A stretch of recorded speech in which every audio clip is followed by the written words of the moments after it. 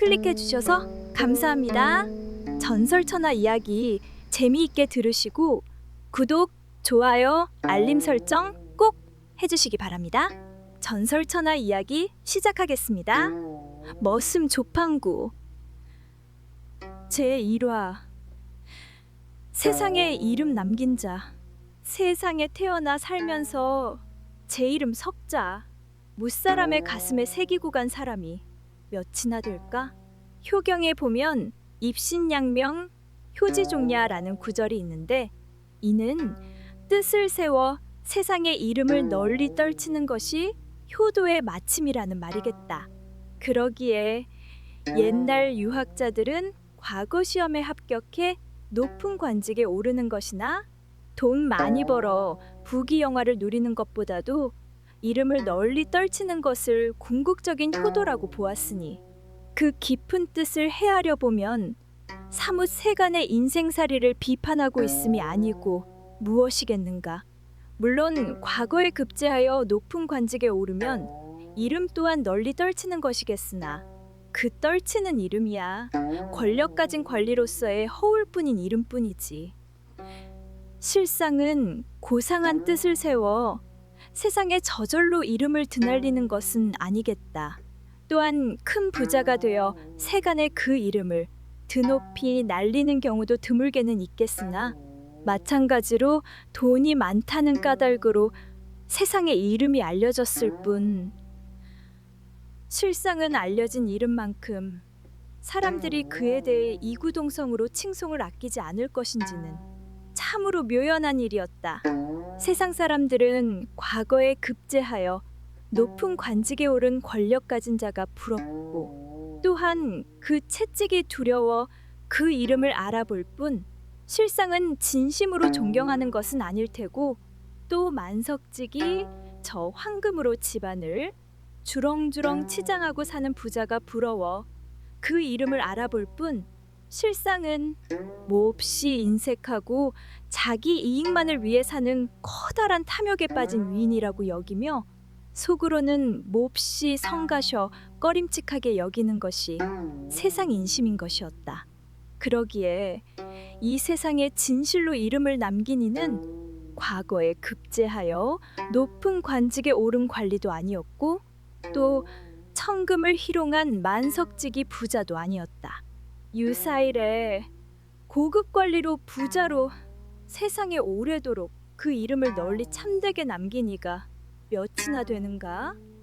헤아려 보면 수백 수천 과거급 제자와 천하를 소나기에 틀어잡은 황제니 왕이니 영의정 좌의정 우의정 하는 정승의 판서를 지낸 이가 수두룩하겠지만, 실상은 저 인적 뜸은 허름한 산 수풀 속 차디찬 무덤 앞 돌비석 속에나 새겨 남아 있어서 1년에 한 번 그 후손들이 시제를 지낼 때나 겨우 그 이름을 알아보는 이가 드물게 있을 것이었고, 천금을 희롱한 부자라고 해보았자 인적 뜸은 쇠락한 집터, 잡풀 우거진 토제 마루에 이름도 없이 버려져 사가 낡아가고 있는 경우가 허다한 것이었다. 그러고 보면 권력도 부귀도 흐르는 세월 앞에서는 다 부질없는 것이었으니 그야말로 인생 무상이었다. 더구나 그들의 행적을 되짚어 보노라고 하면 고작 사리사욕에 눈이 멀어 비굴하게 권력이나 탐하고, 범처럼 표독하게 백성이나 살상하고 수탈해가면서 한평생 부정부패에 찌들어 자신의 부귀영화와 입신출세만을 위해 탐욕스럽게 살다간 위인이라고 한다면, 그 이름에 양식 있는 세상 사람이라면 반드시 칵! 퇴! 하고 침을 뱉고 지나갈 것이었다. 또한 남이야 죽든 말든 수많은 재물을 욕심껏 벌어들여 고작 자기를 비롯해 제 집안 사람들이나 기름진 밥에 고기를 끼니 때마다 배불리 먹으며 호의호식하고 살다간 인색하고 사나운 욕심쟁이라고 한다면, 세간에 의식 있는 사람이라면 그 누가 그깟 치졸한 인종의 이름을 기억이나 하고 싶겠는가 말이다. 세상에 무수한 사람들이 살다 갔어도 실상 자기 이름 석자. 사람들의 가슴에 진실로 새기고 간 사람은 몇 없다. 그러기에 저 차디찬 돌비석에라도 그 하찮은 그 이름 석자 새겨 남기려고 발버둥을 치는 사람들이 그리 많았던 것일까? 하긴 그것 또한 권력 있고 돈 있는 자들의 자기기만이자 교만한 허세임은 두말할 나위가 없으렸다. 이렇게 과거에 급제한 높은 관직에 오른 권력을 가진 사람도 한평생 천금을 희롱한 부자도 세상에 그 이름을 바르게 남기기가 참으로 어려운 터인데 남의 집살이하는 어찌 보면 종놈과 같은 일꾼 머슴이 세상에 그 이름을 남기고 간 자가 있었으니 그가 바로 부한 사람 조판구였다. 아니 사람들이 부르는 그 이름 그대로 머슴 조판구였던 것이었다. 제2화 대자유인 70여 세까지 장가도 가지 못하고 평생을 부잣집 머슴살이를 했다는 조판구는 철종 12년인 1861년 전라북도 부안군 부안읍 봉덕리에서 태어났다. 땅 한 평 없는 가난한 부모는 조판구가 어렸을 때 병이 들어 무정하게도 젖대기 어린 아들을 이 거친 세상에 홀로 남겨두고 세상을 하직해버렸다. 조판구는 이 험난한 세상에서 아무것도 오갈 데 없는 천혜고아가 되어버린 것이었다. 어린 조판구의 운명은 거기서 정해져 버렸다. 이 집, 저 집 먹을 것을 찾아서 구름처럼 떠돌아다닐 수밖에 없었던 조판구는 부잣집에 들어가 소먹이는 꼴머슴, 깔담살이로 잔심부름꾼으로 남의 집살이를 시작했다. 그렇게 시작한 남의 집살이가 몸에 익어 성인이 되어서는 부한 읍내를 전전하며 머슴살이를 했다. 머슴살이가 무엇인가? 말 그대로 땅 많은 부잣집에 들어가 주인이 시키는 대로 그 집 일을 하는 종이나 진배 없는 일꾼이었다. 물론 종은 그 주인에게 얽매여 이곳에도 저곳에도 자유로이 왕래할 수 없는 완전하게 매인 몸이었다면 머슴은 1년 단위로 일정하게 정해진 세경을 받고 일하는 주인에게 고용되어 노동을 파는 노동자인 셈이었다. 봄이 오면 변소에 똥오줌을 동그란 똥장군에 퍼내거나 마당가에 앉혀놓은 거름을 수레에 싣고 나가 논밭에 내 뿌려야 했고 그 다음은 쟁기에 소를 달고 나가 쟁기질을 해 논밭을 갈아엎어야 했다. 갈아엎은 논밭의 흙덩이를 쇠스랑으로 으깨어 고랑을 친 다음 거기 씨앗을 뿌렸다. 문헌이면 모판을 만들어 모를 길러 썰애질하고 모내기를 하고 밭에 심은 보리며 밀을 베어 타작해야 했다. 모내기 철이 가고 여름이면 나락이 시퍼렇게 자라는 논에 나가 잡초를 뽑아주고 김을 매야 했다. 물개를 쳐야 하고 농약을 뿌려야 하고 밭에 심은 고추며 참깨를 돌보아야 하고 석양이면 꿀을 베어와 날이 시퍼런 작두에 썰어 소죽을 끓여 소를 먹여야 했다. 그리고 매일 산과 들로 무성한 억새며 자풀을 지게 한 짐 베어와 마당가에 퇴비로 쓸 거름을 안치고 어떤 날은 산에 올라가 나무를 해와 겨울에 쓸 땔감을 준비해야 했다. 가을이 오면 논에 나락을 베어 타작하고 밭에 콩이며 수수를 거두어 타작했다. 분주한 추수철이 지나면 다시 밭이며 논을 갈아엎어 두렁을 만들고 거기 보리며 밀을 심었다. 그리고 겨울에 쓸 땔감을 산에 올라가 한 지게씩 해날라야 했고 밤에는 새끼를 꼬아 가마니를 치고 집신이며 망태를 엮어 만들었다. 매일 아침마다 일찍 일어나 마당을 쓸고 집 청소를 해야 했고 주인이 시키는 잔심부름이며 집안일을 돌보아야 했다. 이처럼 머슴은 한시도 쉴 틈이 없었던 것이었다. 그런 드세고 굳은 일만 하는 머슴 조판구가 도대체 무슨 까닭으로 인해 세간의 이름을 남기게 되었던 것이었을까? 남의 집 머슴살이로 잔뼈가 굵은 조판구는 동작에 빠가사리 수염을 길게 휘날리는 기운이 세서 일 잘하는 상머슴으로 술을 좋아하는 누구에게나 마음씨 좋은 사람이었다. 본시 타고난 성품이 낙천적이었던지 아니면 어려 일찍 부모 죽고 살면서 보니 세상 살아가는 방법을 나름대로 터득한 것이었는지는 몰라도 천생으로 건강한 몸을 타고난 조판구는 구수한 입담으로 사람들을 웃기고 또 신소리를 잘해 상대를 말문이 막혀 당황하게 하거나 혹은 잘못한 사람에게는 그것을 뉘우치게 하는 천부적인 재주가 있었던 것이었다. 그러기에 어른 아이 할 것 없이 조판구 조판구 하고 친근하게 그를 부르며 잘 따랐고 또 아무하고든 허물없이 지냈다. 그만큼 조판구는 이웃 사람들 누구에게나 가깝고도 정겨운 사람이었던 것이었다. 머슴을 살다가도 주인이 마음에 들지 않으면 누구의 눈치도 보지 않고 자기 하고 싶은 대로 하면서 고집을 부렸고 정 마음에 들지 않으면 훌훌 털고 바람처럼 다른 곳으로 옮겨가 버렸다. 집도 없고 돈도 없고 전답도 없는 데다 아내도 자식도 일가 친척도 없이 세상에 아무런 욕심 없이 70여 세까지나 부잣집 머슴살이를 했다고 하는 조판구는 이른바 아무 것에도 거침없는 그 시대의 대자유인이었던 것이었다. 돈도 권력도 지위도 출세도 가족도 미래도 조판구에게는 전혀 해당 사항이 없었기에 어쩌면 대자유인으로 자기 식대로 삶을 향유할 수 있었는지도 몰랐다. 마치 저 정처 없는 드넓은 파란 하늘의 한 조각 먹장구름처럼 자유롭게 떠돌며 아무에게도 마음 붙들리지 않고 한바탕 쏟아놓고 싶으면 그 자리 그냥 시원하게 소나기 한 줄끔 쏴 터뜨려 버리고 몸이 한결 가벼워져서 간다는 작별의 인사말도 없이 다시 온다는 기약도 없이 산 너머로 훌쩍 사라져가 버리는 것이었다.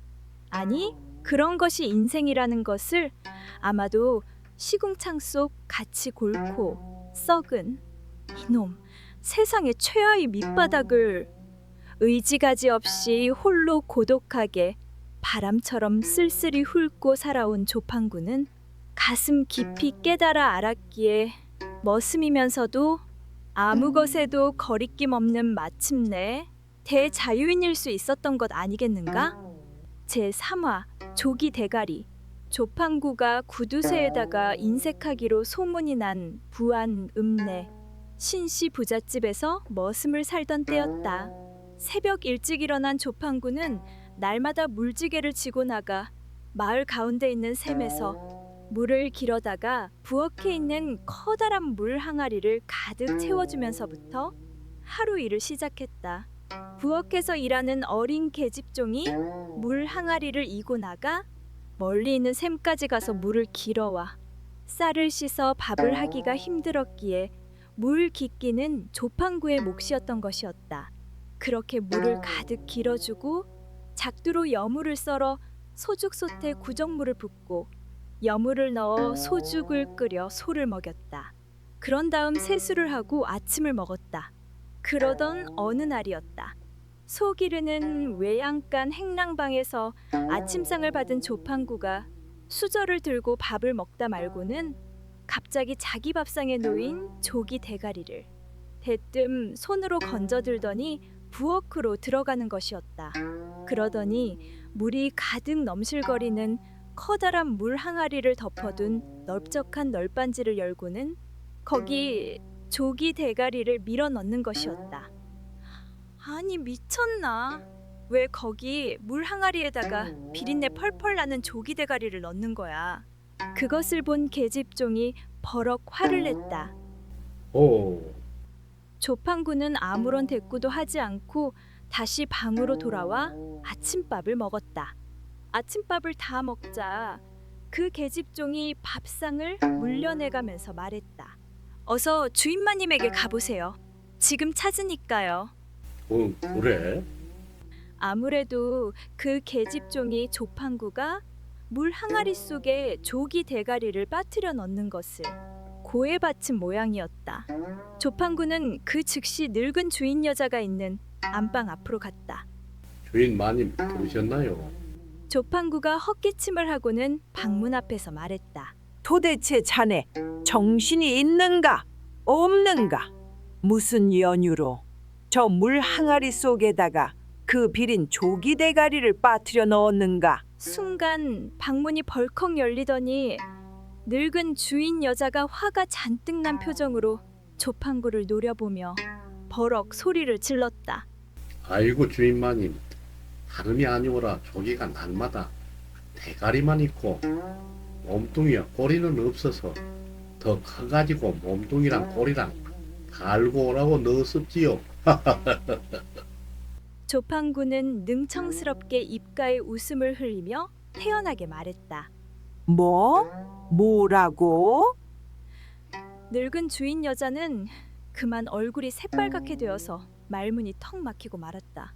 사실인즉 매일 고된 일을 하는 머슴 밥상에 정말 살 한 점 먹을 것 없는 조기 대가리만 내주는 것에 대한 일종의 반항으로 조판구가 그 물 항아리에 보아라 하고 조기 대가리를 떡 밀어 넣었던 것이었다.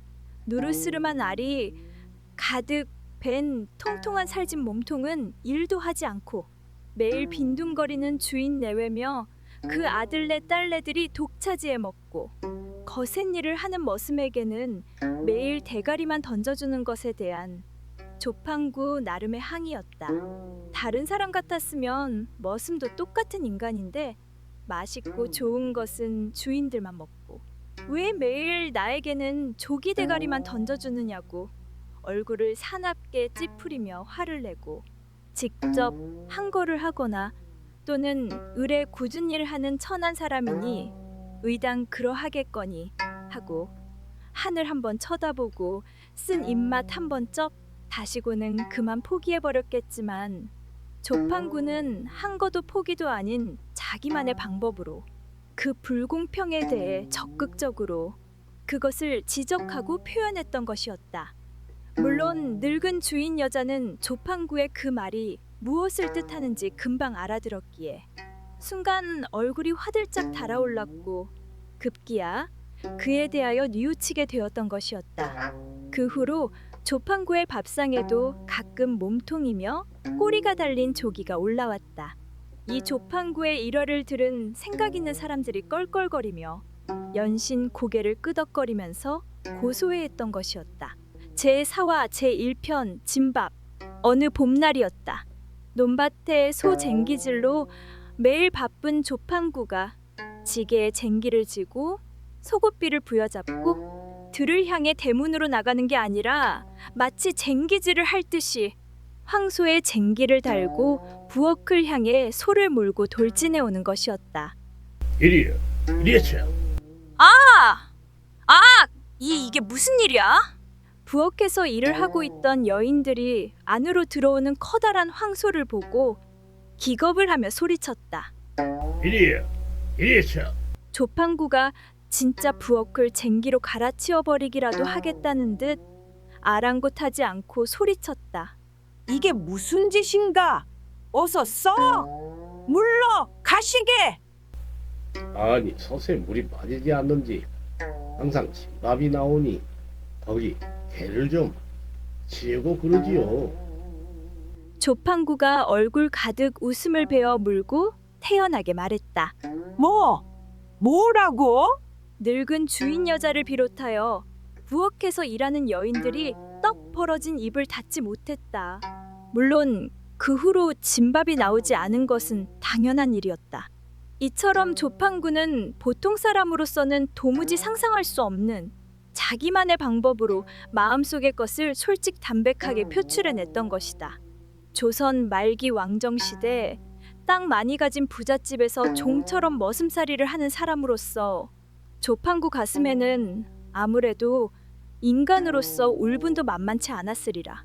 더구나 인품도 저열한 데다가 머슴을 무슨 기계처럼 부리려 하는 욕심보만 태산처럼 부풀어 오른 그런 수전노 같은 주인을 만나면 그 울분은 갑절이나 더했으리라. 조판구는 그런 주인에게도 절대로 주눅들지 않았고 마음에 들지 않거나 비웃장이 상하면 오기와 고집을 부려 저항할 줄 알았던 것이다. 가진 것이 없을 뿐 주인이나 머슴이나 다 똑같은 인간이라는 것을 조판구는 깨달아 알았기에 대범하게 그리할 수 있었던 것이다.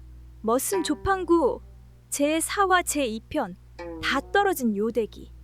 어느 일 바쁜 추수철이었다. 조판구는 매일 고된 타작일로 몸이 노곤했다. 기계도 아닌 인간이 몸이 부서져라 일만 해대니 도무지 몸이 말을 듣지 않았다. 조판구는 자신도 모르는 사이 깊은 잠이 들어 늦도록 누워 있었다. 가을 거지로 일이 바빠 죽겠는데 해가 중천에 떠오르도록 머슴의 인기척이 없자 주인은 조판구가 자는 방 앞에서 발을 동동 구르며 서성거리다가 참지 못하고 소리쳤다. 어이 방구, 그저 자는가? 희방 다 떨어진 요대기 하나 깔고 자는구만요. 조판구가 아무렇지도 않다는 듯 능청스럽게 말했다. 그 말을 들은 주인은 더 이상 할 말을 잃어버렸다. 이처럼 조판구는 주인이 공격해오면 당당하게 받아들이며 사태를 자기에게 유리한 쪽으로 급전환시킬 줄 알았던 것이다. 주인은 조판구의 늦잠 자는 것을 책망하며 꾸지람하고 지적하며 그저 자느냐고 호되게 다그치려는 것인데 조판구는 잠을 자기는 자는데 다 떨어진 요대기 하나 깔고 잔다고 하면서 태연하게 자신의 궁색한 상황을 말하며 되받아 공격해버렸던 것이다.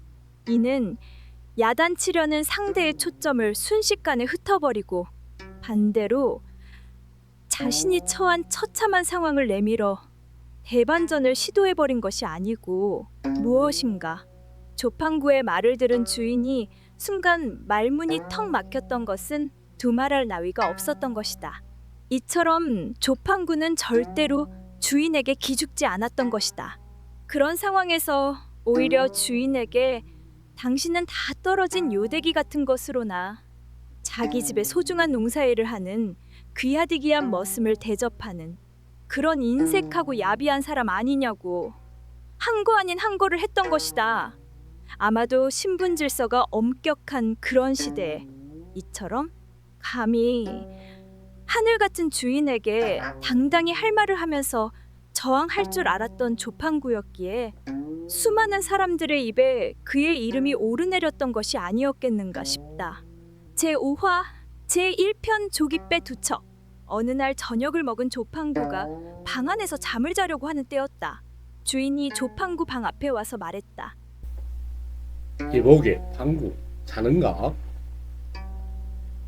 이제 막 자려고 하는 잠이구만요. 아 그래? 내일 아침 자네 줄포 좀 다녀와야겠네. 주인의 그 말은 내일 아침 줄포에 심부름 갈 일이 있으니 그리 알라는 말이었다. 예, 잘 알았구만요. 조판구가 말했다. 다음 날 아침 일찍 주인이 줄포에 심부름을 보내려고 조판구 방문을 열어보니 아무도 없었다. 혹시 변소에 갔나 하고 보니 그곳에도 없었다. 어디 있나 하고 집안을 이 잡듯이 뒤져도 보이지 않았다. 부하가 잔뜩 난 주인이 집안 사람들을 시켜 혹시 마을에 나갔나 하고 조판구를 찾아오라고 다그쳤다. 집안 사람들이 밖으로 나가 마을을 샅샅이 다 찾아다녀 보아도 조판구는 어디에도 없었다. 그날 해가 뉘엿뉘엿 서산으로 질 무렵이었다.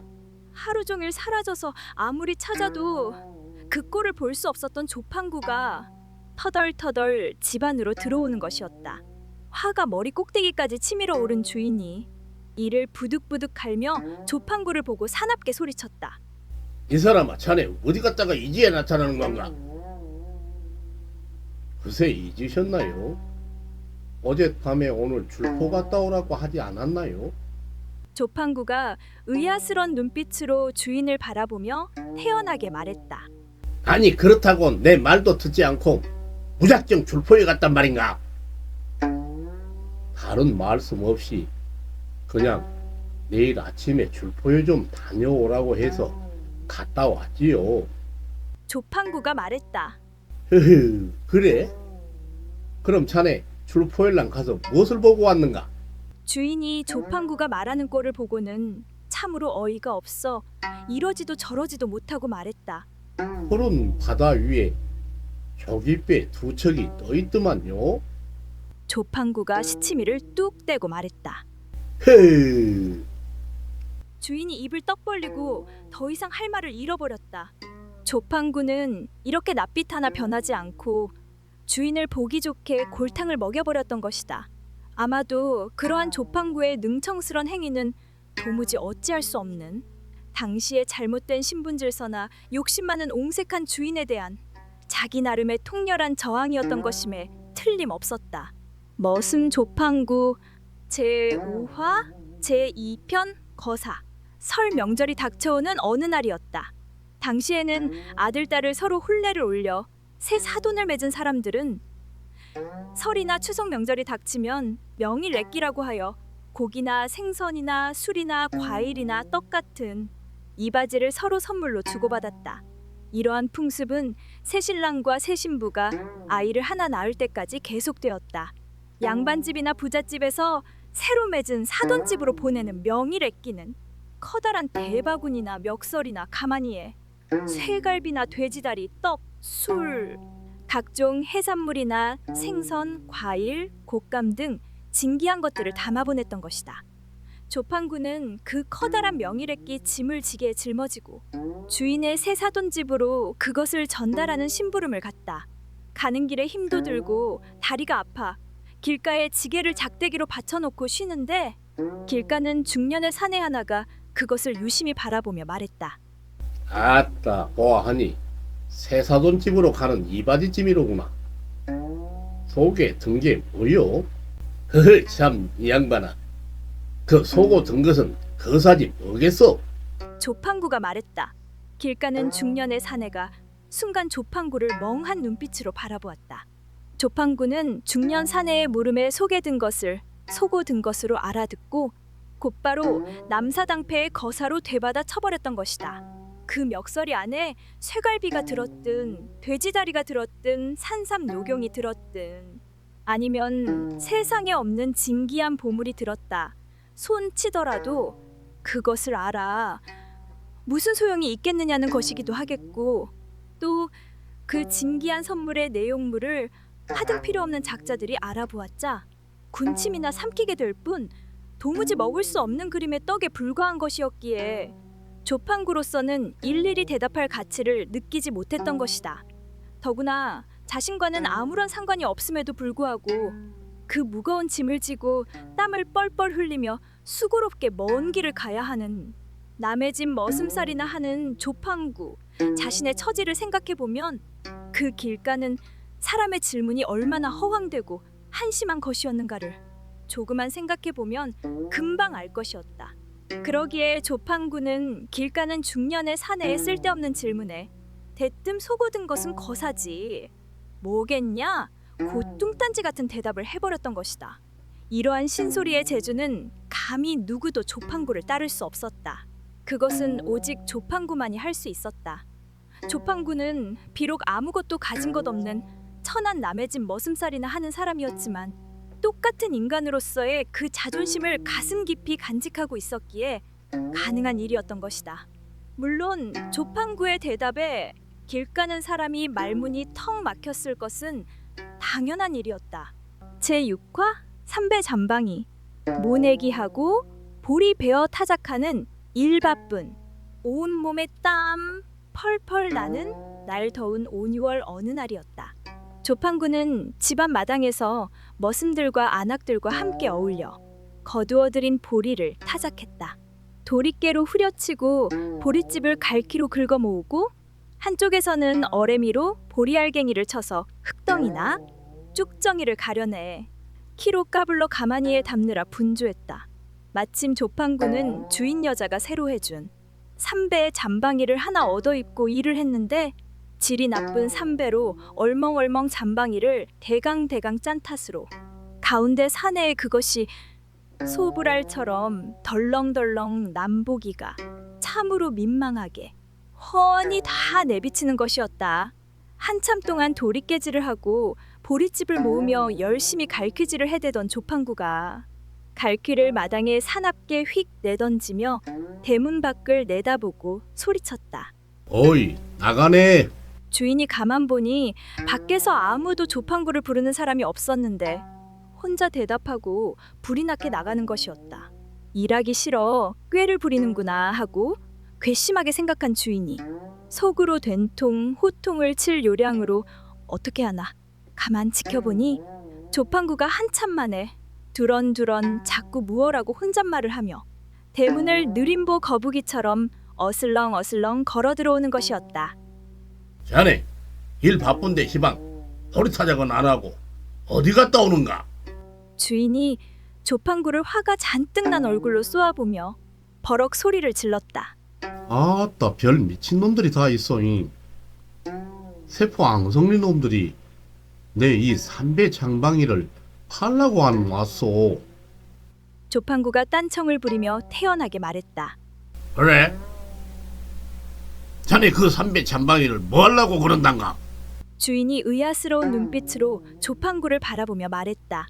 아, 그놈들이 이 삼배 잠방이로 건쟁이 가는 새우 잡는 금을 하였으면 참 좋겠다고 하는구만요.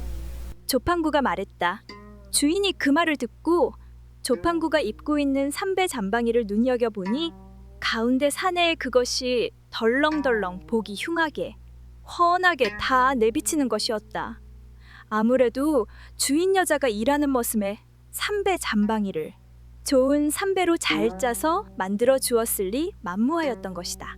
조판구는 그 형편없이 엉성한 삼배 잠방이를 얻어 입고 고된 일을 하면서 속으로 끓어오르는 불만을 꾹 참고 있다가 보리타작을 하는 중에 꾀를 내어 그것을 주인에게 자기식의 방법으로 실토하였던 것이다. 그러한 조판구의 방법은 천한 머슴으로 소외받는 인간으로서 인간 대접을 전혀 받지 못하고 살아가는 그 절대 왕정 시대에 지배자 양반들이나 땅 많은 부잣집 주인들의 탐욕스럽고 편벽한 비인간의 벽을 송곳처럼 날카롭게 지적하고 그것을 반성하도록 유도하여 스스로 고치도록 하는 커다란 힘으로 작용했던 것이다.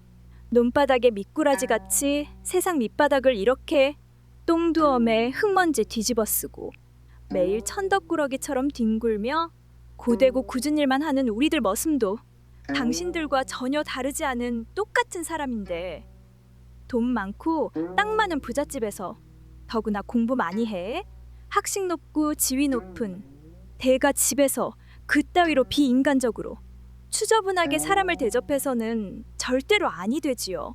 그러면 당신들 반드시 처벌받아요. 조판구의 그러한 행동은 주인을 향해 이렇게 사납게 외치고 있는 것이었고 또 무섭게 으름장을 놓는 것이나 마찬가지였던 것이다.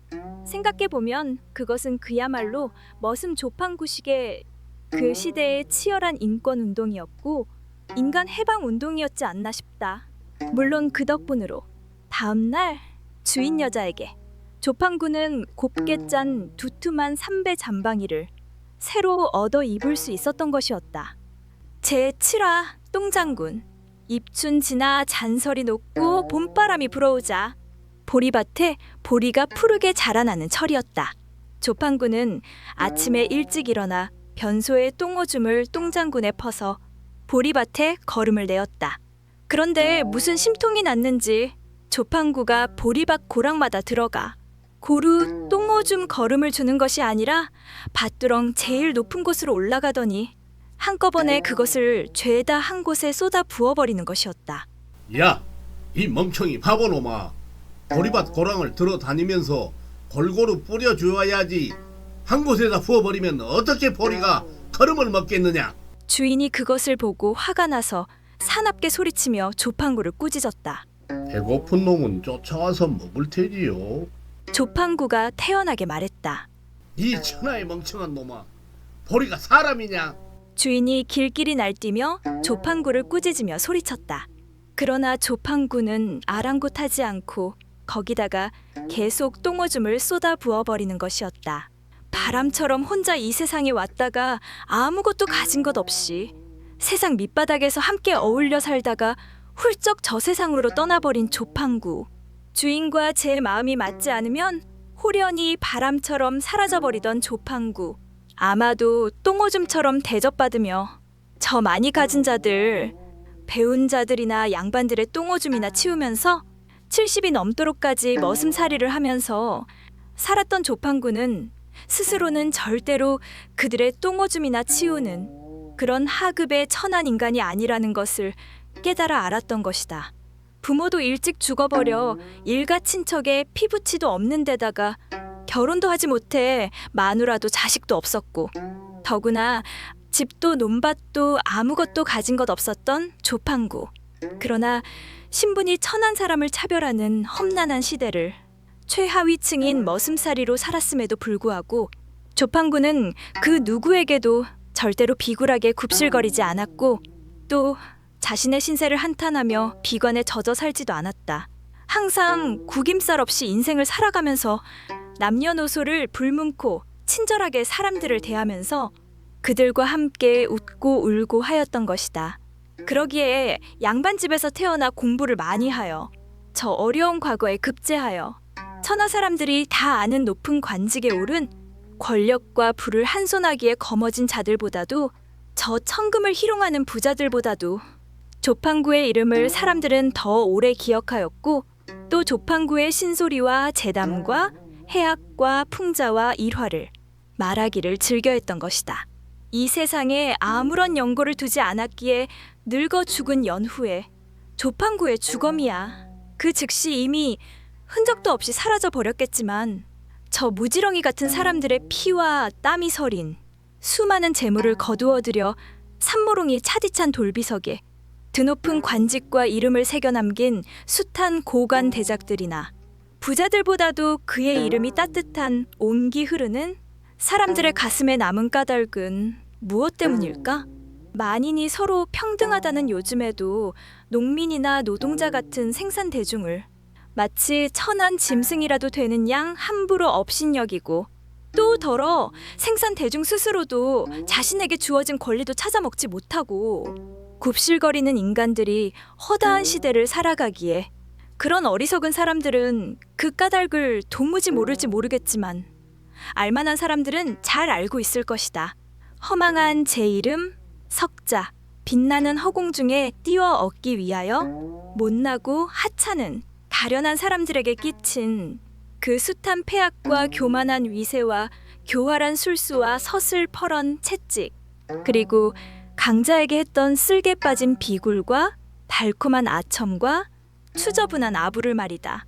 그들은 그들의 바람처럼 그들의 이름을 차디찬 돌비석에나 새겨 남겼을지는 몰라도 머슴 조판구처럼 살아있는 따뜻한 사람의 온기 흐르는 그 가슴 속에는 절대로 새겨 남길 수 없었던 것이다.